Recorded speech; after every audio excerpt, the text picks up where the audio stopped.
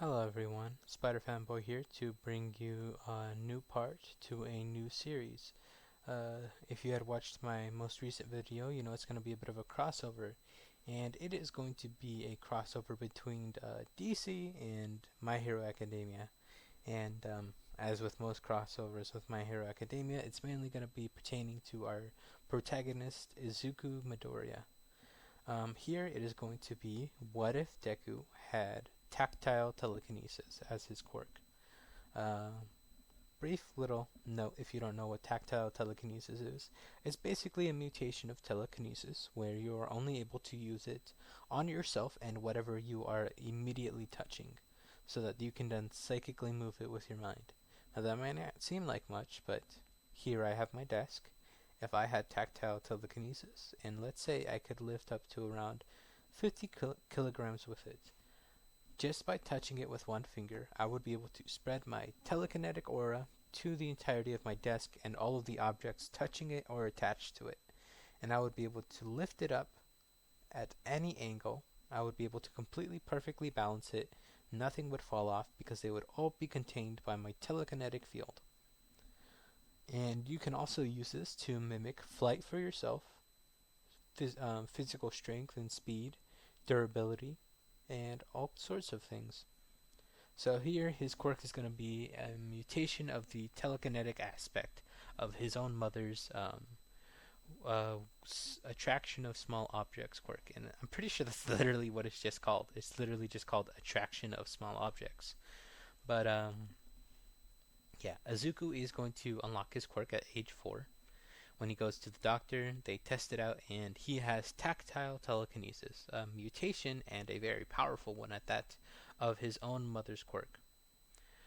Um, this quirk, well, with it, he's actually going to mimic Captain Celebrity in how he uses the quirk. He himself has the exact same quirk, and this might get Inko some scandalous looks. Everyone knows that her husband is from across the seas, but no, she never ran into Captain Celebrity, so the two of them didn't do the dirty. He's from the My Hero Vigilante manga, uh, the side manga created by Horikoshi, and it's more of a prequel manga. It depicts some adventures of Eraserhead. It's where we get. I'm pretty sure it's where we're officially introduced to Oboro. That's where he's initially shown off. Um, Kurogiri, basically, before he became a Nomu. Uh, it also shows off some of All Might and his time when he was working with Sir Nairai, I believe like a few years before his battle with All for One.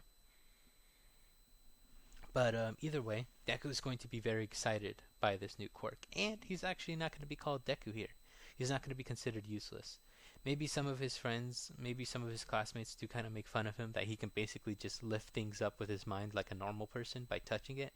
He has to use his mind to touch things and then lift them up. He's basically doing normal stuff, but he quickly shows off that he can lift up by just having his class holding hands and him holding one of his friends by their hands. Like he can basically lift up a whole line of students like it's absolute ease. And he's going to be evolving and training this quirk with Bakugo. The two of them actually are going to be maintaining their relationship, and luckily, this is going to help curb a lot of Bakugo's more violent tendencies, because someone can properly stand up to him, and he views Deku, or maybe he'll call him Dekuru, um, in the original Japanese anime and manga. Instead of like how it was shown in the dub, instead of Uraraka just finding Deku to be a cute nickname, she mentions that it sounds like the phrase Dekeru, which is, I'm pretty sure it's supposed to roughly translate to "you can do it" in Japanese, kind of like a little chant. Um, so here he's actually going to be called Dekeru. That's going to be like it's going to be his nickname and eventually his hero name. And he's going to be making great use of his tactile telekinesis. It's actually going to be he's going to be working on it with Bakugo. They spar. We can easily say that they spar in the same that same forest area that they explored when they were kids. That's where they spar. That's where they train. Um, and because of this, the two of them are great friends and they're very physically powerful. We all kind of knew that Bakugo himself he doesn't slack off on physical training. He's decently built himself, and the two of them working together and with Deku trying to mimic things like kind of what he sees in comic books and from heroes like All Might and Captain Celebrity, and even Stars and Stripes from America. He's definitely trying to incorporate that kind of Superman fighting style. Um, Now, his power isn't going to be like absolutely insane, but you can probably liken it to something around 10 to 15% full cowling from like Deku and canon as of right now. Like by the time we get to the beginning of the series when he first encounters the Sledge villain. He's kind of been working on the range of his ability. So normally tactile telekinesis kind of starts off at only having a range to your touch, but if you train and evolve the ability, you can expand it to a more where you can kind of take control of objects. You can expand it by expanding your telekinetic aura through the very air that you're touching. So he's able to summon up barriers and shields around himself and his immediate surrounding area, maybe up to a range of about, we can say like a decent 5 meters, kind of like what you would have for a stand in JoJo's. So he can throw up barriers and protect himself up to around a range of around 5 meters, which would be around 15 feet, if I'm correct. Or no. Would it? Yeah. No. Yeah. 15 feet. Sorry. I almost thought it was going to be 15 yards. But no, 15 feet. So, a decent amount of coverage with his ability. He can also use it to lift things in that general vicinity, and he can launch them out, kind of basically throwing them without having to touch them. So, debris and all that kind of stuff he can very easily launch. Anything that he can pick up. And his his weight limit is decently high. He can probably pick up like a couple 100 kilograms, up to like we can just say, or let me see, what is the average? Let me see, average weight for a car, or let's say for a tree in kilograms, because he's mainly been focusing. Ooh,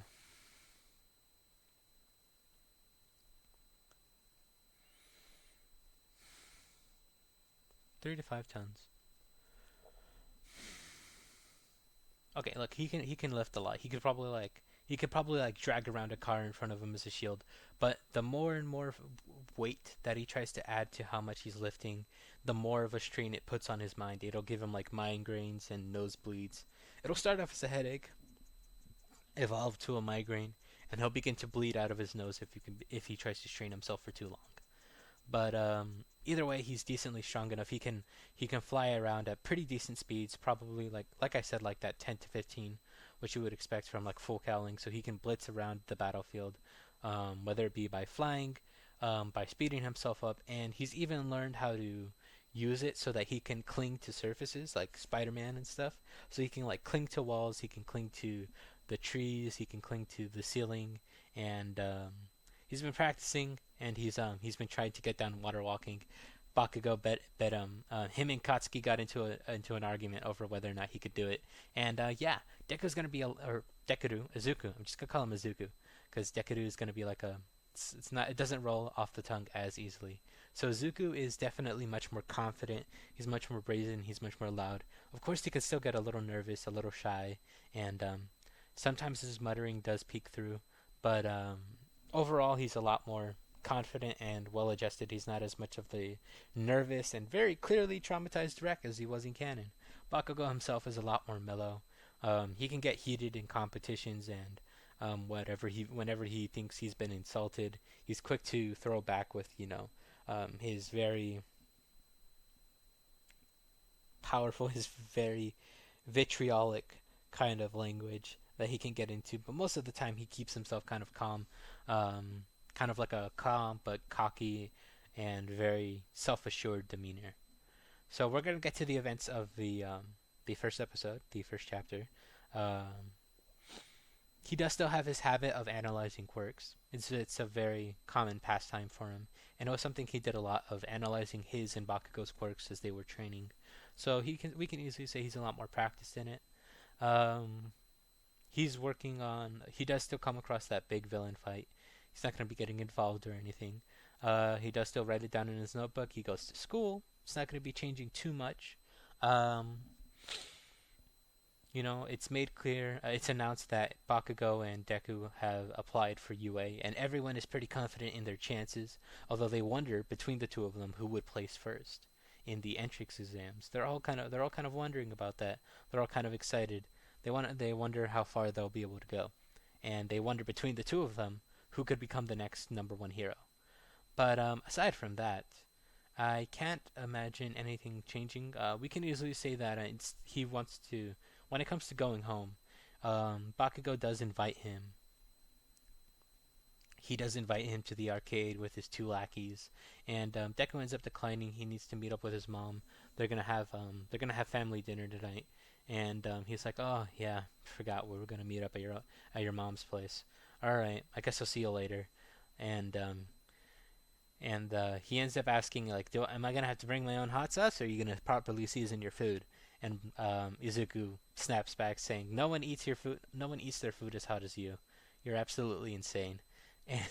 And Katsuki easily rebuttals that it's just how a sane person would eat their food. He doesn't know why him and everyone else can't get with his spicy taste with his spicy tastes, but he'll bring his own hot sauce if he has to.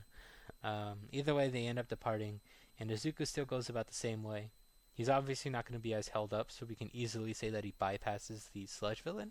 But we want to make things interesting, so maybe the sludge villain, maybe All Might has had like he's in a particular mood. He's trying to chase down the sludge villain with more ferocity, but in response, the sludge villain is only more desperate to get away. So he gets there a little earlier, and we still have our encounter. Here, Izuku is actually able to form his own little psychic barrier around himself, immediately around his body, to prevent the sludge villain from getting into any of his orifices. He's not gonna be like suffocating him, okay? And he's not gonna be getting into any holes. So don't even try it. Don't be weird. But this does have the consequence of not being able to properly filter in oxygen. It's not something he has the precision for just yet. He was hoping that he could develop it, but training on his own with Katsuki, he can only get so far. He was hoping it was something he could develop when he gets into UA, learning how to filter in clean oxygen through his barrier. But it's not something he's gotten the hang of just yet. Um, but he's able to break out of the sludge villain's hold. He kind of like expands his barrier, kind of like what you would see from like Dragon Ball Z, like when they flare their aura up. He kind of expands his barrier, and he's able to break out of the hold. And he prepares to get into a fight with the sludge villain. Whenever it gets into his range, he's quickly able to maneuver its sludge body however he likes, and he's trying to get it into like just one spot. He's trying to get it like in between his hands so he can properly concentrate and like concentrate it into a ball and try to get into contact with 119, which is like I'm pretty sure that's the number they use to get into contact with emergency services in Japan. They call 119. But no need to fear, for All Might is here. He shows up, and he ends up signing Izuku's Izuku's notebook, and he says that the young man was able to handle himself quite well. He was impressed with his quirk usage and his ability to subdue the villain. He tells him to try not to get into too much trouble and to get home safely and as quickly as possible. He doesn't want to get caught up in any more trouble. Now, does he? He's pretty sure he has to be home. It's after school, and he basically tells him, get home as safely as you can. And he gives him some words of encouragement. He's like, "I look forward to your heroic career, young citizen." And he ends up launching off into the air. And Izuku isn't going to be grabbing onto him. Now, the thing is that it's very clear that he didn't properly secure the villain. He didn't like he didn't like use the clip to like clip his pocket closed. Um, he didn't try to close the pocket, so the sludge villain does end up falling out. Um, and Bakugo and his friends are chilling in the alley by the arcade. They just finished playing for a bit, or maybe they just got there. Either way, they're still chilling in that alley. And All Might doesn't actually notice the sludge villain is missing until he gets to the police station, where he ends up powering down. And so he's gonna be that little bit more behind in terms of getting to the scene of the crime. He doesn't notice it until he actually gets to the police station. So he's definitely lost the sludge villain. And he almost laments that maybe he should let it go for another day, but he quickly hears some commotion going about not too far. His hearing is still pretty good, even like base physical abilities are pretty good for a human. So he does end up hearing, and he tries to move towards the scene. He's getting tired, but as he comes upon the scene, he actually is already he's witnessing two teams facing off against the sludge villain. So Izuku was quick to get home, like All Might recommended, and he ended up turning on the news to watch with his mom as he ranted to her about his encounter with All Might. She ends up getting up and she's in proper shape. I don't mean to diss on like the fact that she got overweight, but we got Milfinko basically. Anyways, I just said that.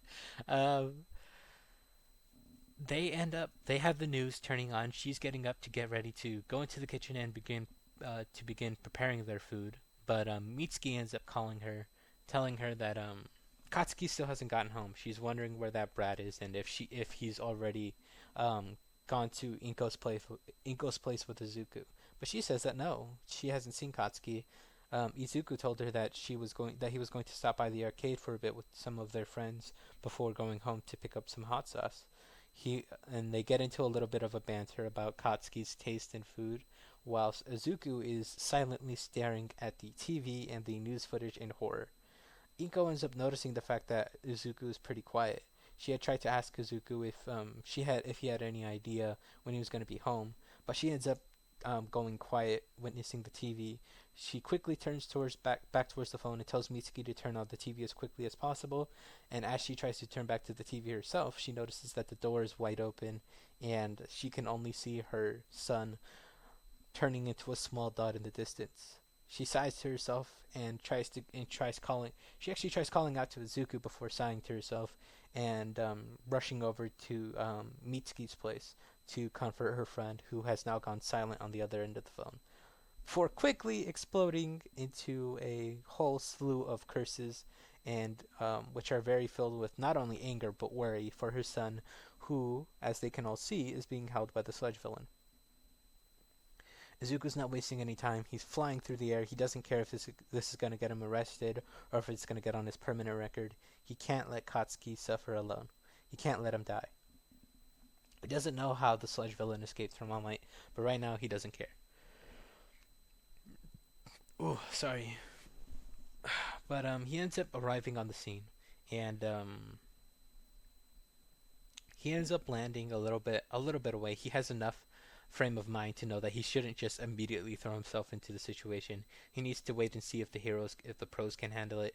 So he lands like a block or two away, and he quickly sprints. But he doesn't hold back in his sprinting. He enhances his speed, and he gets into the crowd and moves towards the front of it as quickly as he can. However, he is stopped by Death Arms, and all of the heroes are lamenting to themselves that there's nothing that they can do to help the situation. Um, they definitely could have. It definitely would have been difficult, but they would have been able to manage. I always thought they would have at least. But we're not here to bash these heroes. Zuko doesn't waste any time. He completely bypasses Death Arms. He flies into the confrontation, and he places his hands on the sludge villain, and is basically able to part him around Katsuki like the Red Sea. He's able to get Katsuki free, and the two of them end up retreating. Although they don't retreat towards the heroes, they simply retreat to give themselves some breathing room against the sludge villain before charging back in to face off against it. This is where All Might ends up deciding to show himself. As the two are bickering and they're about to charge back into the fray, All Might zooms in, telling them to stand back and that he can handle things from here. He was proud of the two of them. They really showed the mettle of a hero. But he needs to live by his own standards. He needs to live as the symbol of peace, the pillar of heroic society, and the number one hero. He delivers that, I believe it was a Detroit or a Texas smash, and he ends up changing the weather with a very punch. Izuku and Katsuki locked themselves down to the ground using Izuku's quirk, so they were able to keep themselves from, flying off into the stratosphere, just from the sheer wind pressure All Might created. The two of them end up getting scolded, since it was clear Katsuki had intentions of jumping back into the fight. So the both of them are actually going to get scolded, although they're also praised for their bravery and their ingenuity in using their quirks. And the pros tell them that they're going to be left with just a warning. They're not going to be putting anything down on their permanent record for now. But if they ever get caught in this kind of situation again, they're not going to be so lucky. The two of them end up heading home. They called their moms to let them know that they were okay, and they told them that they'd be there as quickly and as soon as possible. So they're making their way home, same path as in canon, and they're walking together before they're interrupted by All Might, who ends up turning into his skinny form. And this is the first time either of them are seeing this, so they're freaking out. They're like, "What the hell? Is this some kind of imposter?" But he quickly clarifies that it's simply the nature of his quirk. He ends up revealing himself to the both of them, since it's clear that these two are as thick as thieves. And he reveals the nature of his power, and he ends up making his offer. He initially makes it to Izuku, but he also clarifies that the young Bakugo clearly has some metal on his own right, and he doesn't want to deny him this offer. He hasn't seen as much as him, but it's clear he was just as willing to put himself in the line of danger to take down a dangerous villain, despite the fact that he should have been running away in terror like any normal civilian would. He clearly had the spirit and the strength and kind of like fighting instinct of a hero within him. So he tells them that this offer will be made to him as well. But they both initially decline. They say that they want to make their own name. Although Izuku clearly wants to accept. He wants to see how far he can push his own capabilities first. And All Might is actually kind of impressed by this, and he tells them, "Very well. I wouldn't exactly be a proper hero, nor aspiring mentor if I were to deny you your own growth as individual heroes. Very well then. At the very least, would you allow me to assist you in your training?" And he ends up he makes them the offer to train with him. Um, they ask if they can at least tell their parents. They know that the secret about the nature of his quirk and his injury is something they'll have to keep secret. But they do ask. Their parents are very well aware of their plans to enter UA and their plans for training. So if they change things up, their parents are going to notice. Can they at least can they come up with something to tell their parents? And he agrees. He'll actually be he'll meet up with them. He'll get into contact with them soon. He gives them a card. He says, "I'll be calling you from this number. Just let your parents know that I made the offer as All Might to help you two in your training and in your path to prepare yourselves for UA." So they end up going home. They have their dinner. The mothers are definitely fretting, and Masuru himself actually ends up comforting Katsuki for a minute. He gives Katsuki like a moment to kind of vent the fact that he was kind of being suffocated and almost died before Izuku arrived. He gives him some time to process that, helps him calm down, and they end up revealing the card that All Might gave them. Um, I don't know why I put quotation marks. It literally was All Might, but that All Might gave them to help them with their training. That he made the offer, and after the Sludge Villain event, he kind of wanted to offer it not only as a way of apology, but also as acknowledging their capabilities. So the parents they're kind of a little hesitant at first, but they're also eager to accept. They quickly get over their brief bout of hesitancy after the whole event, and seeing how their sons just how ready and willing they are to bounce back from this and to work on improving themselves, they can't really find it in them to say no. So they accept, and with their permission, they're going to begin their training with All Might. So All Might is going to have them do that similar kind of building up your base physical abilities, some bodybuilding with cleaning up Dagaba Beach, and the two of them working together, already being in shape as they are, constantly competing with one another, not only just pure physicality, but also what they can do with their quirks. Yeah, the two of them are able to clear Dagaba Beach in like 2 months. This leaves them with 8 months of training. All Might wants to bring things to the next level himself. It's clear that these boys are very physically capable, and it's about time he starts living up to his word.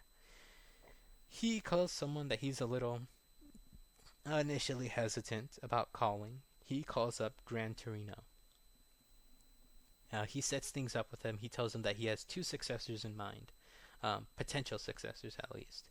But either way, he wants to help these young lads really come into their potential and grow as heroes and as young men. And Gran Torino figures, what the hell? Why that? Why the hell not? So he ends up arriving. We get our much more confident Izuku and our much more calmer Bakugo being introduced to Gran Torino, who, in typical Gran Torino fashion, tries to pull a mind trick on the two of them. They're rightly confused until they get a boot to the face. Each. They each got one boot. Uh, Gran Torino is very quick to throw them into physical training and to throw them into physical and quirk combat training to non-quirked and quirk combat. Um, he has them work on their reflexes and their creativity in battle, coming up with new moves on the fly to try to counter his fighting style. And he actually has to put a lot of effort into keeping up with these youngsters. Their Katsuki himself is a natural, instinctive battle maniac. He has very powerful, very deeply ingrained battle instincts. It's like he was hardwired for combat. Not just his quirks, but the way not just his quirk, but the way he uses it. As for Izuku, he's a very analytical fighter. He's very easily able to completely, um, he's able to completely pick apart Gran Torino's fighting style, and he's able to, he actually tries to replicate it to an extent. He ends up making what appears to be air kind of barriers in midair as he moves. It's definitely tricky because his range and his little field of range moves with him. So he has to predict where it is he's going to land and at what angle he's going to be making the platform, as well as what angle he's going to be coming in from, what angle his foot is going to be landing on the platform, all of that kind of stuff. It definitely ends up with like some ankle-based injuries, but they're quick to rectify that with a quick visit to Recovery Girl. I wouldn't be surprised if she has a station outside of UA where she does some more official hero work, kind of like how the other teachers have their own work that they do outside of their curriculum and teaching, their outside of their roles as UA teachers. They also do operations on their own with their own agencies or whatever. So like how President Mike has his radio show and stuff. Uh, Yeah, and how Eraserhead still does, he still does his patrols and all that kind of stuff. So I wouldn't be surprised if she has some kind of office or hospital where she works at or assists at outside of UA's infirmary. So they get a quick visit to Recovery Girl, and they're quickly discovering like how much they're how like who is involved in this secret.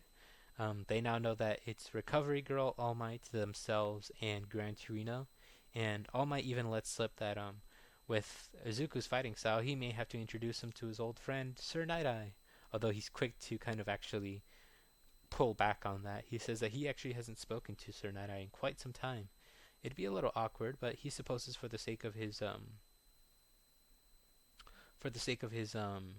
new student, he wouldn't mind reaching out and trying to get him to help him in improving his abilities to predict how he's going to be moving around the battlefield.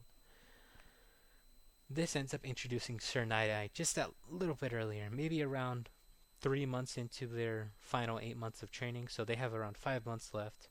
They're introduced to Night Eye. Night Eye is very critical of the two of them, although he can see just that little bit more into Izuku what it is All Might sees in him. He still does present, Mirio, so we get our introduction to Mirio a little bit earlier. He's only a second year, but he's been improving quite some. He's been showing quite a lot of improvement already. He's not quite the beast that he is in canon, but he's getting close. He's like on that. He's like on that edge of becoming that absolute monster of a man, of a hero that he is in canon. And with the way that his quirk works, where he has to constantly be predicting where it is he's going to be moving, where it is he's going to end up, with the way that his quirk moves, with the way that his quirk and the mechanics of it function, and how they move him around the battlefield, he's going to be helping Izuku develop his kind of like air step ability. And Katsuki himself is definitely going to be improving in like aerial combat to kind of one up Deku, but he's also working on more precision based attacks. something that Izuku with his limited range doesn't exactly quite have access to just yet. Izuku's own limitations to his quirk are beginning to kind of make themselves known. It's clear he's actually he's getting closer and closer to the limit, to the hard limit wall that his quirk is enforcing upon him. His quirk was already a very powerful evolution of what his mother was capable of, but it seemed it can only go so far. He didn't get the perfect hybridization of quirks that Katsuki got that allowed him to push it in completely new and unforeseen ways. He instead just has a mutation, and that mutation is only pushing him so far. He's starting to hit the limit of his. He's starting to hit his weight limit, his limit in how much he can split his focus, and constantly be aware of his area of, his area of effect, his range, his little his little bubble that he has. It's about stuck at around 10 meters, and he's been trying to further develop his abilities by subconsciously keeping up his field, so that he's constantly aware of every single little detail that comes into his 10-meter range. So he's constantly aware of like every little thing around him, almost like a sonar sense, like a built-in sonar that's always on at all times. Um, he has like that 360 degrees vision in a 10-meter range, and it goes up, it goes down into the ground, it goes in every which direction that he possibly has. So he's constantly upping his awareness is off the charts. Like his sensory capabilities are off the charts, but they're limited to that 10-meter range. It's incredibly detailed, but it's still only limited to 10 meters, which is decent. It's not the worst thing. Um, he's been improving his combat capabilities and his ability to fly. Um, he's gotten some tips from Gran Torino if of on how to move through the air, from what he was able to gather from Nana's fighting style as well as his own. He's been improving a lot, but he's been considering taking All Might up on his offer, but he wants to see what he can do first. He wants to take the entrance exams, and he wants to see how far he can go. And after the exams, he decides that he'll make his decision afterwards. He knows that there's a brief period of time between uh, taking the exams, the acceptance letter, and actually beginning your enrollment. So he's going to wait until he receives his results after the exam. That's what he ends up telling All Might and everyone. And Night he's trying to get All Might to just accept Muriel as his holder, as the next successor to One for All. But All Might is holding off. And when Muriel is eventually brought into the fold, he's told about it. He's been wondering like what the hell is all of this. Um, he didn't exactly outright say that, but he has been wondering, and he ends up getting told about One for All, and he is initially hurt. He wonders if Night Eye only wanted him so that he could become the next All Might. But he ends up telling him no, that he just saw something that he wanted to cultivate, and he believes he can just be. He doesn't have to be the next All Might. He thinks he can be greater than All Might. But he ends up declaring that he wants to be Lemillion. He wants to be the man who saved a million people with his own power. And Deku does get that, but he recognizes One for All for what it is. It's a choice and a responsibility. It's not so much a cheat, even if you can consider it one. You don't exactly have to become the number one hero just because you receive it. It's definitely going to make that kind of path easier, but it's going to be coming with its own whole slew of responsibilities and secrets to bear, and its own difficulties and trials and tribulations. So he understands that it's not going to exactly be a cheat code, and Bakugo ends up making the declaration that if Izuku does end up accepting it, he's just going to be training even harder to surpass him. He's not going to let him surpass him just because he takes on All Might's power. He's not going to let it be that easy for him. And Izuku ends up, he just answers that with a grin, saying that he wouldn't expect it any other way. So we end up getting to the events, the first day of the entrance exams. Um, Written exam usually goes about the same. They've been staying on top of their studies and their schoolwork, and the two of them are kind of tied for top of the class. But when they end up graduating from middle school, but it's not going to be too different. Izuku does still kind of trip and fall. He ends up he's about to levitate himself, but Uraraka's she's quick with the reflexes. She sticks her hands out and floats him, and he's actually appreciative. But he clarifies that he could have done it, but he ends up keeping to himself that he could have done it himself. He doesn't want to seem rude. He doesn't completely freeze up. He was pretty popular at Aldera for you know, his shyer and more gentler personality in regards to Katsuki. You know, um, his his cute little face, but his absolute like sculpted, ripped body that he has. Because I could get, like I said, no slacking off on physical training just because his quirk is super powerful. But when we get into the meat and bones of the entrance exams, the combat trials, um, it's going to be going much more differently. First of all, Katsuki is going to be getting himself some rescue points, and I wouldn't be surprised if he ends up surpassing his original 77 villain points, even if he does spare the time to gain some rescue points by helping a few people out. So we could easily say he's getting around more like an 83 in terms of villain points, just getting those few more villain pointers. Maybe it would have been drastically higher, but he also had to take some time to help save some extras, as he called them.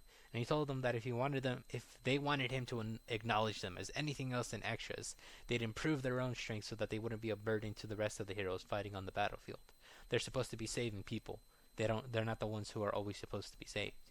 So we can easily see him getting to like an 85, maybe like an 87 in terms of villain points, and like an 18 to 22 in terms of rescue points. So he's in the range of like,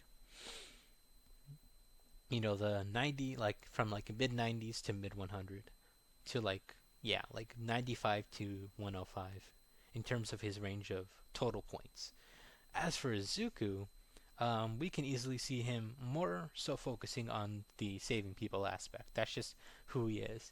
Now, that's not to mean he's going to be getting that same 77 original villain points that Bakugo got in canon, but and he's also going to be getting himself like a solid 20.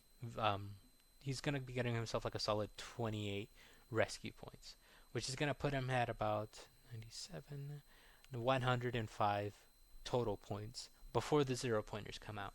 Now, Katsuki is going to be mainly focusing on getting all of the rest of the extras out of the way of flying debris, which is going to earn him some more villain points, so he'll probably be in the range of like 114. Um, since what he's mainly doing is he's kind of roughly dragging them as he's blasting away from the zero pointer. Um, Izuku, however, he still steps in to save Uraraka, and he's able to get her out of the way, and he's also getting a few other people that he was able to sense that had also been trapped, similarly to how Uraraka was. I wouldn't be surprised if I don't know why she was the only one who was trapped. There definitely had to be a few others, but he definitely helps a few other people, and he actually prepares himself to charge into the zero pointer. He thinks that maybe he can get one of the tire tracks to give out on one of its legs, and that'll definitely. And if he can kind of like tear apart it's the treads, the tire treads, like the tink kind of treads that it has for its feet. He'll be able to impede its movements. So he ends up bursting forward. He goes for the right foot first. It actually tries to cause some debris to fall on him. Nothing that'll kill him, but it does end up like crumpling a building to try to impede his movements. But he's able to, like, as soon as they move into his 10-meter field from above, they're eviscerated. They're basically evaporated. He ends up tearing it apart into dust. And he ends up grabbing the tire tread and he ends up crumpling it just by squeezing his hand around it. The entire thing crumbles and he's able to yank it off. It's on the inner part of the left foot. He ends up moving towards the inner part of the other foot. This is when the zero pointer is kind of piecing together what it's doing, but it's not quick enough. It's too large, too cumbersome, so it's not quick enough to stop him from literally stopping it in its tracks. And just as it's about to reach his hands towards him, and he's about to try to tear its hand apart, the horn blares out, and that is the end of the entrance exams. Izuku and Bakugo, the two of them, they have different values, but their total points actually ends up equaling out. The two of them end up tying for first place, which hasn't really happened before. They haven't had that happen like in the history of ever. It's been very rare that there have been two hopefuls, two student hopefuls who have shown such promise and such capability. So the two of them actually end up tying for first place. When they find this out, they're kind of torn between being pissed and finding it absolutely hilarious. Because number one, they kind of had a bet going on who would claim number one. The other would have to lord them, would have to make a video and like publicly praise them before posting it on their social media. And but now they have to publicly praise each other and post it. Their mothers find it absolutely hilarious. They're not sure whether they should do the same or gnash their teeth together. The fact that they managed to somehow tie, it definitely kind of grates at their competitive spirit. But either way, Izuku has now made his decision. He gets into contact with All Might after the results are sent in, and it's revealed that he has become a teacher at UA, and he ends up asking Izuku if he has made his decision, and he says yes. He has decided he is going to accept the power of One for All. He he's satisfied with what he's capable of, but he wants to be able to do more for the people out there in the world who need a hero that he may not be able to be on his own. He's willing to accept this burden of One for All, and he's willing to carry it out into the world as an even greater power. So he gives him the hair, and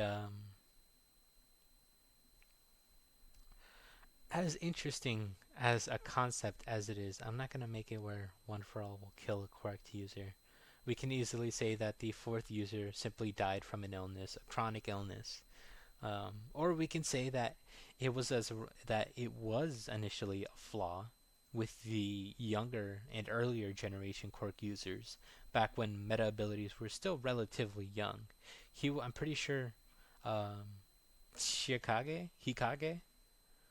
the Danger Sense user, the guy who ended up having the scar and who died of old age at like age, what, 40?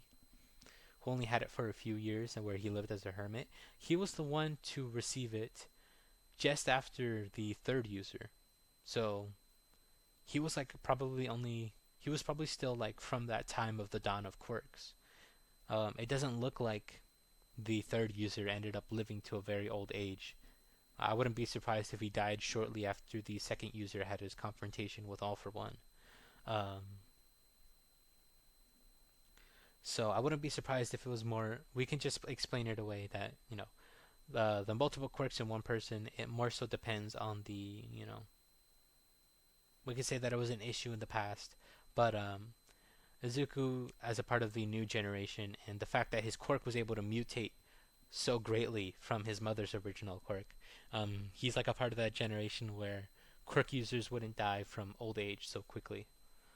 It wouldn't kill them, like having multiple quirks wouldn't kill them so quickly. So he's not going to be dying from One for All. I know it would probably add something to the story, but we're not doing that here. Either way, he accepts One for All, and he's going to be practicing with it with Katsuki.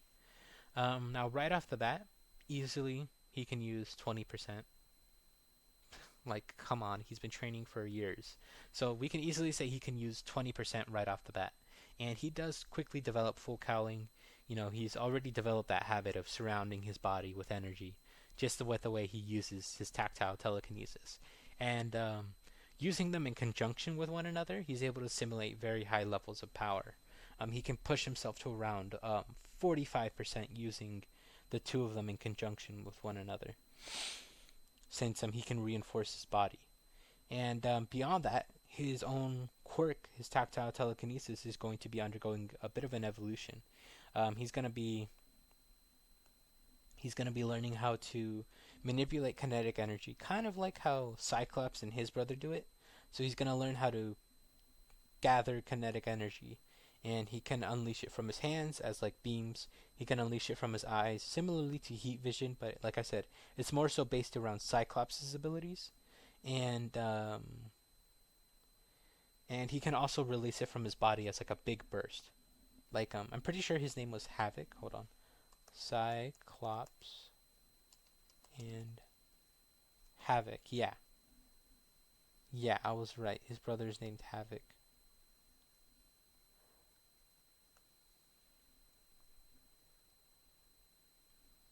Yeah, and he was able to release like these rings of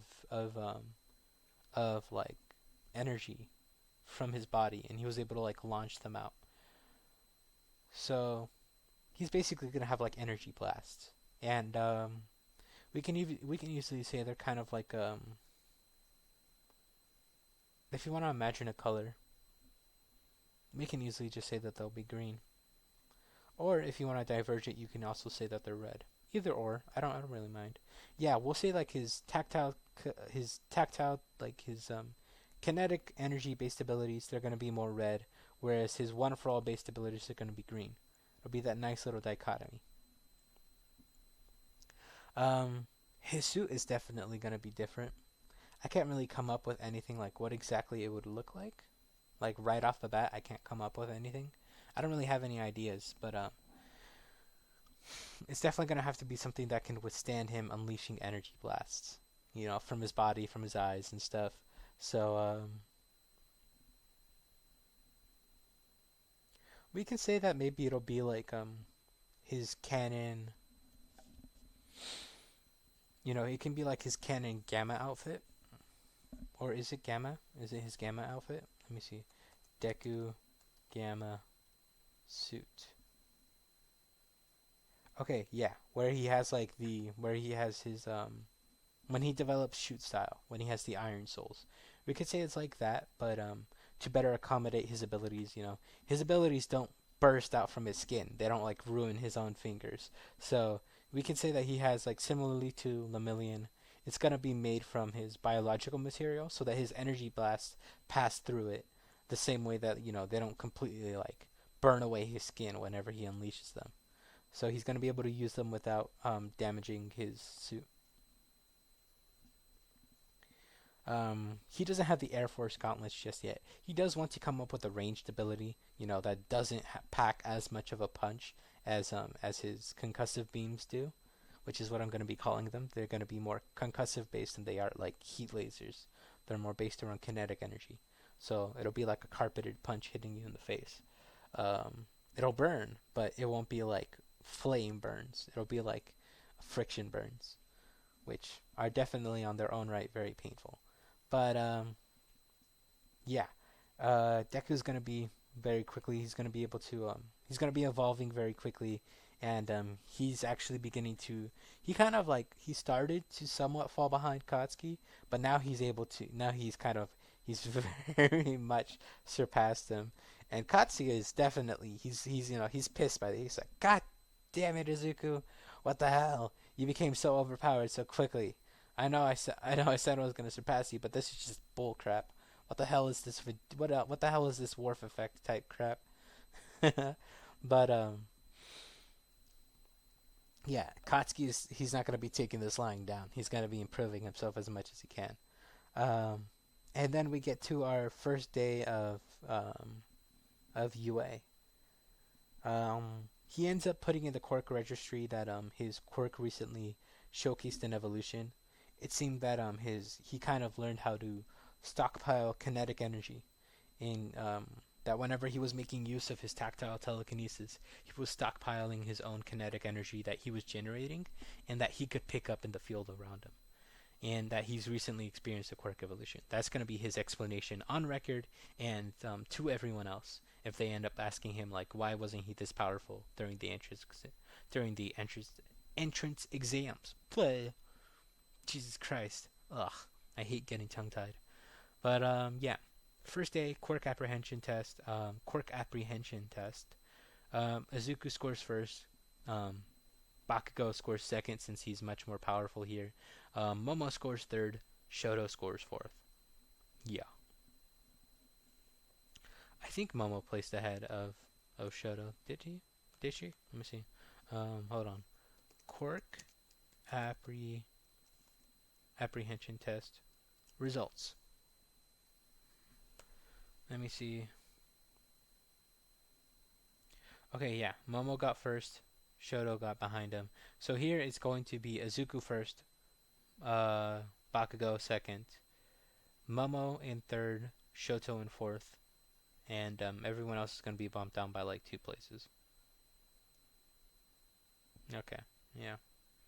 Yeah, everyone else is going to be bumped down. So Mineta is going to be getting um, that 20th spot, and I didn't expel him in the last one. I'm going to be expelling him here, and he's going to be replaced with Shinso. So bye bye Mineta. No Mineta here. I had Mineta in the other one. He's not gonna be around for this one. But yeah. So bye bye Mineta. Hello Shinso. He's gonna be introduced on their second day of training, and he's just gonna have a gym uniform, and he's not really gonna be having anything else in the way of equipment just yet. Maybe he does get that voice modifier. Maybe he put it in the hopes that he would, for like a potential costume in case he got in. He didn't really have much hope for getting past the hero exams, but then on the second day he was dragged. He was basically dragged by Eraserhead into the uh, into into Class 1A, and he was introduced as their new classmate. And they have their first, the hero versus villain little exercise that they end up having. Here, Mizuku and Ochako, I'm going to keep the teams the same. Izuku and Ochako are actually able to take the win. It's not going to be that difficult. The main difficulty is Bakugo does end up coordinating with Ida. He They're going to be sticking to like a similar plan though, because he acknowledges that Izuku is he's one tricky bastard. He's very smart, and he wouldn't be surprised if he's trying to scout out the building from afar. His reach has increased ever since his quirk evolution. He can easily expand it up to around 100 meters, which should be enough for him to get a decent read by just floating around the building for those few minutes they have to prepare. So he's able to get a decent read on the building.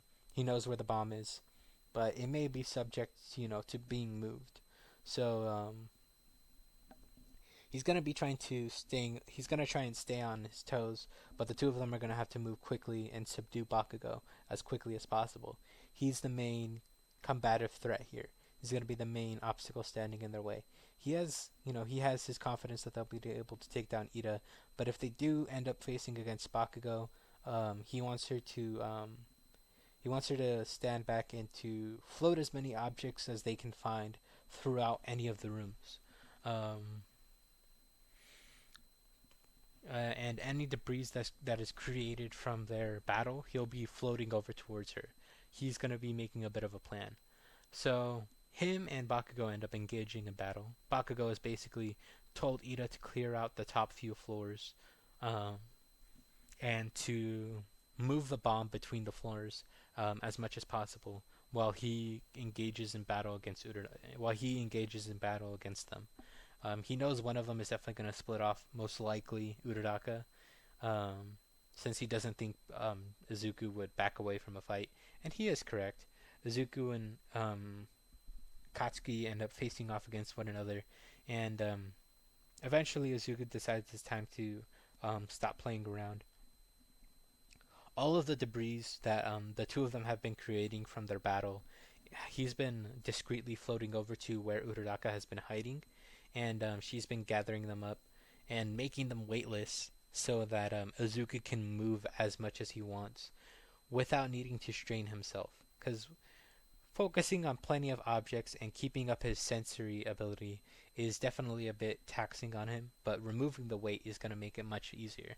And he has like all of the debris follow Uraraka, and he ends up guiding Katsuki into a room to take down a pillar, which he ends up using to bat Katsuki away. He tries to blow it up, but he reinforces it, and he bats Katsuki away, and Uraraka ends up dropping down from above, and Katsuki is able to kind of get away and blast her away. And he asks if that's all they had before um, Ochako ends up returning the weight to all of the debris that she also hid with her near the ceiling. He looks up, he's about to blast him away, but Izuku launches the pillar that he was holding directly at Katsuki while also um, pulling down all of the debris with all of his might. He ends up having to create a massive explosion upwards and outwards to try to protect himself. And in the smoke screen, Izuku pops in and he coats his fist with kinetic energy, and he bops him directly in the face, knocking him out. Especially when his head ends up colliding with the back of the wall. He ends up being knocked out. Izuku's kind of like, ooh, sorry, didn't mean to hit that hard. He ends up tying him up with the capture tape, and he knows Katsuki is going to be pissed when he wakes up. But the two of them move forward, and they're able to take down Ida. Izuku charges at him and keeps him preoccupied. Uraraka steps in to take care of the bomb. It was actually in an upper floor, at the very top floor, and she was able to get to it. And the heroes win. Here, for his planning ahead and taking into account of Katsuki's very competitive and confrontational um, behavior and his personality, Momo actually says that Izuku would pass as MVP here. Since he made the plan, he was able to execute it flawlessly without getting too distracted with the fight. He was able to plan around his opponents, and he was able to work well with his teammate, taking into account her abilities and, not turning her into, just peanut gallery, even though she kind of was. But yeah, here the heroes take the definitive win. Katsuki's a little salty. They made another bet where they had ended up making a very quick bet between the two of them, and he now owes Izuku a meal. He's gonna buy him a lunch. The two of them end up, they're on their way home and they're interrupted by Uraraka, Ida, and Kirishima. Kirishima thinks that Bakugo and Izuku, their rivalry is super manly, they're super cool, and they're super powerful too. The way they handled the battle was really manly, and the way they treat each other with respect is as well. Uraraka makes that the fated rival battle between men, and Kirishima is very quick to jump on that train. Yeah, the fated rivalry between men. And Ida himself just respects the two of them. He initially didn't think too much of Bakugo, but it's very clear he knows when to drop the abrasive personality. He showcased that when they worked together to devise their plan. They had been hoping, to split the two of them up, to force them into splitting up. And they actually thought it worked when Katsuki initially didn't see any sign of Uraraka throughout his battle with Izuku. But, didn't end up working. It didn't work so well, unfortunately. But, yeah, he actually has a bit of a respect for him. Either way, we end up on that part. And when it comes time to, vote for president and vice president, Bakugo is actually voted into second place. It's a lot more split between some people. So Izuku ends up getting first place with he's gonna get votes from Katsuki, Uraraka, Ida, and Momo. So he gets 4 votes. Bakugo is going to be getting votes from Kirishima, uh, possibly Ashido. Maybe he tells her about his meeting up with them and that they're pretty cool, they're pretty manly. So she decides to put a vote for him as well. She thinks he is kind of pretty cool since he's not as abrasive here, and he's actually willing to memorize some names. And she thinks there's a bromance going on between him and Izuku, and he gets 2 votes. Momo gets votes from, we can easily say, Jiro and I don't know, Jiro and Shoto. So that ties her for 2 votes, and everyone else doesn't get any votes. So it ends up being a tie for vice president between Bakugo and Momo, and Bakugo he kind of pulls his tie. He's like, whatever. I wouldn't want to bother myself with all you extras anyway. Ponytail can take the position. So Momo ends up taking the position as vice president, whereas Izuku is president. Um, Bakugo definitely enjoys the few seconds that he spends squirming up in front of everyone before he takes a deep breath and settles himself. He steels himself, he steels his nerves, and he accepts the position. The whole freak out in the cafeteria is taken care of very easily. And I think I'm going to go on ahead and jump up into the events of the USJ. When it comes to charging against Kurogiri, Izuku himself actually tries to join the fray. Although when he ends up sensing this very odd disturbance, he tries to spread it when he has his his senses all out. When the portal appears, he's not he kind of like causes him to stumble, so he ends up falling behind Kirishima and Bakugo, who follow through with their charge and they're teleported away. Izuku is pissed and he tries to charge forward once more, but he quickly sees that the mist is actually maneuvering itself around everyone, so he tries to clear out as many as he can. But unfortunately, the way that the warp gate behaves, it's very much messing with his senses. His field is kind of expanding into it's kind of being like sucked in by the warp gate, and he's sensing a whole variety of places all across the USJ all at once, and it's really throwing him off. So he ends up getting sent through the same gate as in canon. Could have been more interesting, maybe, but he is gonna have to step in to help out Froppy and Shinso. So he ends up discussing their quirks. What exactly are their quirks? And Shinso's a little apprehensive, but he tells the two of them. Um, Sue just bluntly states that that could be useful, and Deku's very quick to follow up and elaborate on what exactly she was trying to communicate. That it'll be useful against facing off against trying to interrogate all these people. Although Shinso is quick to rain on their parade. He tells them that he can't exactly get verbal commands, at least not yet. He doesn't know if he can. He very much doubts it, but he can at least he can cause a few of them to freeze up, and he can get them to do basic things. So they end up sowing some discord with all of the people down below, and they're very quick to catch on as to what exactly his quirk is. But by that point, there had been some fighting against some of them. They had all gathered into the middle, and Izuku is quick to he tells Froppy to latch on with her tongue, and to hold on to Shinso. So she wraps her tongue around his waist, and he jumps up um, using his telekinesis and full cowl at 25%, and he launches a shockwave enhanced by kinetic energy directly into the middle of the whole thing. It causes that same whirlpool as in canon. Since he used his own energy to enhance it, it was able to do just about as much damage and still cause that same whirlpool effect.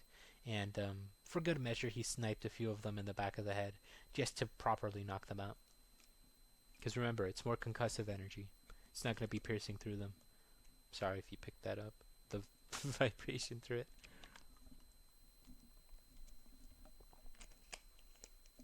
Just get that out of the way. Get that out of the way. But yeah, they end up moving into the center, and Izuku tells them his plan that they need to intervene, take out a few stragglers, whatever stragglers that they can. They'll use the same kind of tactic that they did before. With Bakugo, meanwhile, they're able to take down all of the villains with much more efficiency, and him and Kirishima end up coming upon the same scene where um,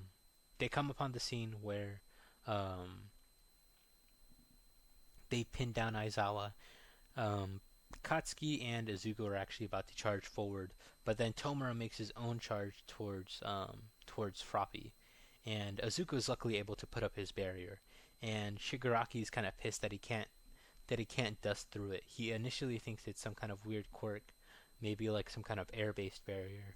But he looks over to Aizawa and actually wonders if it's his doing. But he's still face down in the ground. He hasn't been lifted up by the gnome just yet, since he was stopped a few feet early.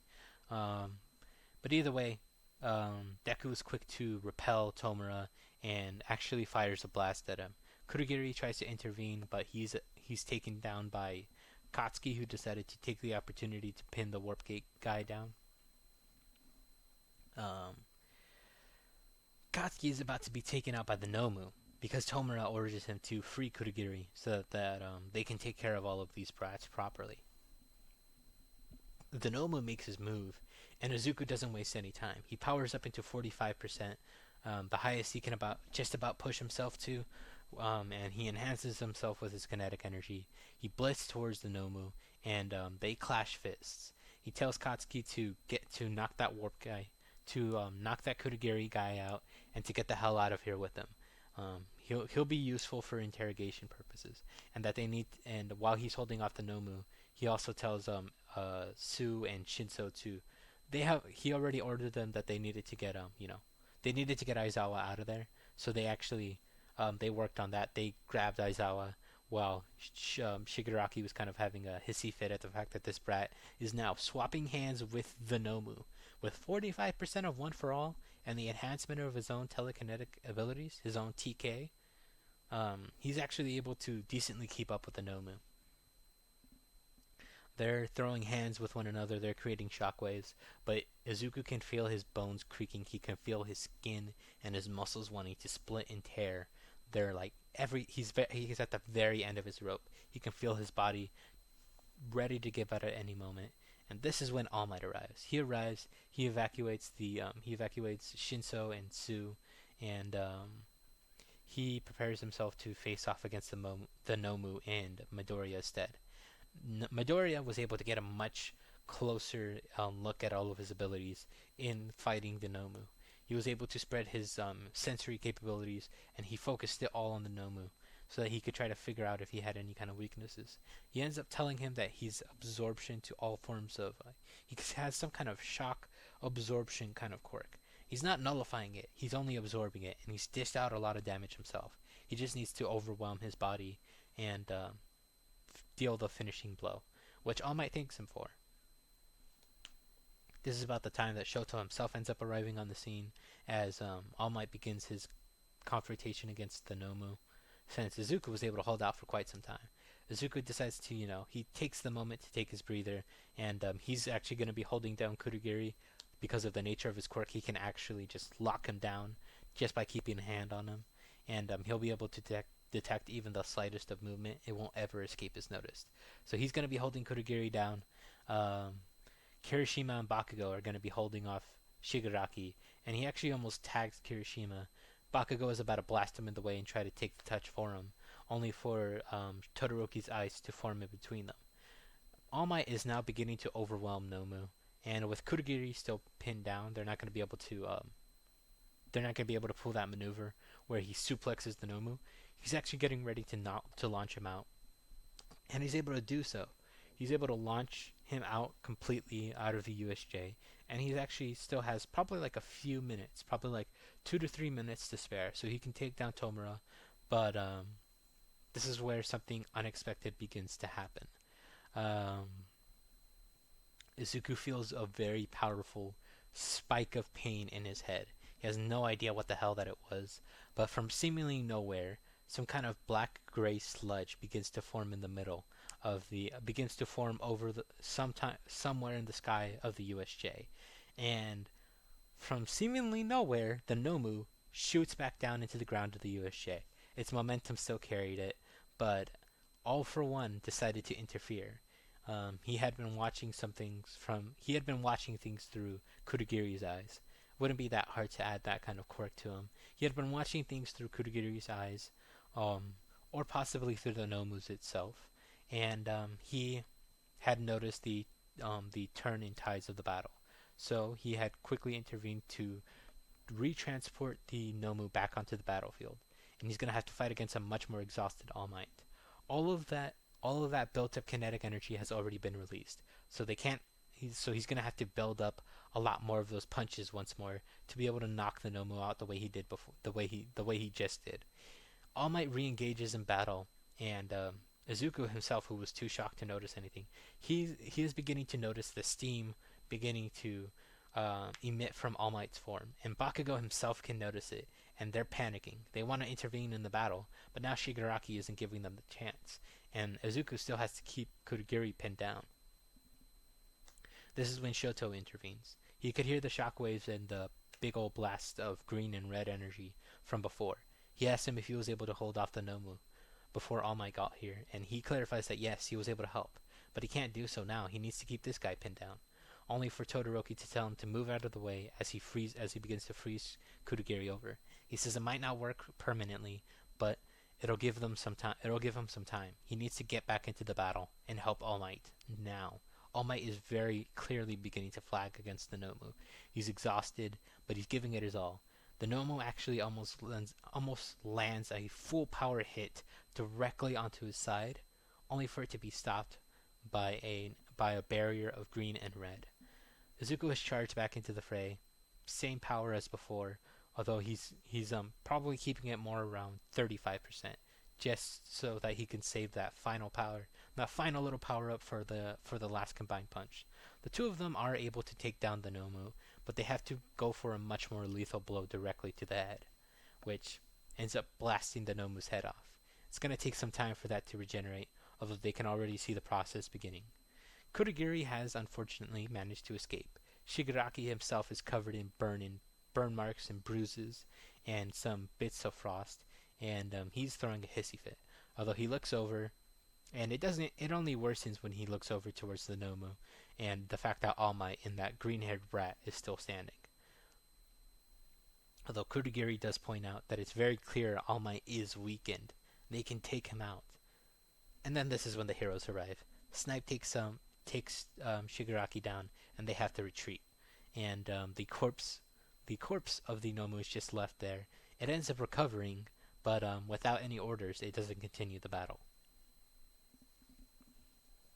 All for One has decided he's seen enough of the battle, so he's also retreated his own consciousness from the Nomu, and it's going to be locked up in, I believe it was locked up in Tartarus. I'm actually surprised we never really saw it again. It was known as the anti-symbol of peace. It would have been like a cool little thing we could have seen Vigilante Deku face off against, but whatever.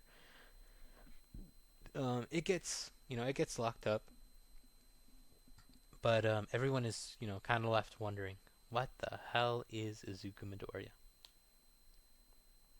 And when the events end up getting leaked to the press, it's going to be also leaked that one of the students in particular was able to hold off the main enforcer of the so-called League of Villains until All Might showed up, and it even assisted in the final battle. So we're going to have some eyes on this supposed mystery student. But either way, I think that's where we're going to end off for this part. Everyone does go home. The parents are concerned, but since it was handled very well, there's not going to be too much to worry about. Although All Might definitely, since he's already let in his two students so much about the people involved with One for All on their side, it's about time that they be notified of their one very important enemy. So he's definitely going to be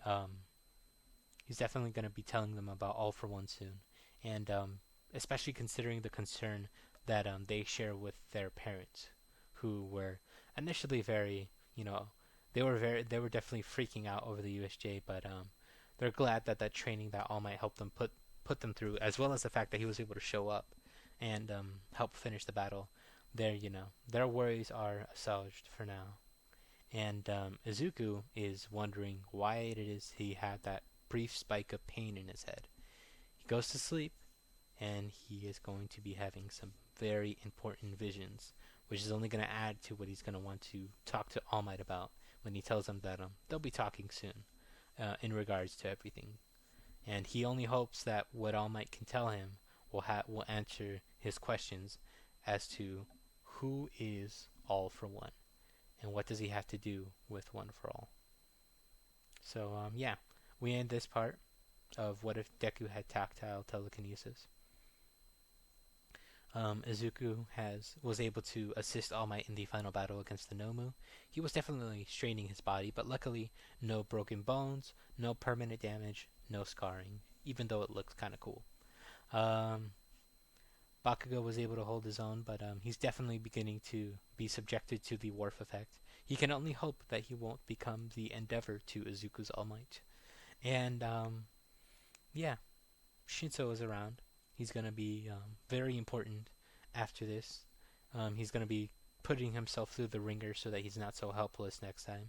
And yeah, maybe he's starting his friendship with Izuku a lot earlier. He's going to be a certified member of the Deku squad at this point.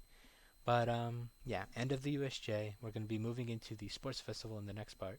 So if you liked anything, let me know. If you didn't, also let me know. I want to hear your thoughts, your opinions, and yeah, that will be it for now. Like, comment, subscribe. Hit that bell notification if you want to keep up to date with any of my future updates, and I will see you all later. Bye bye.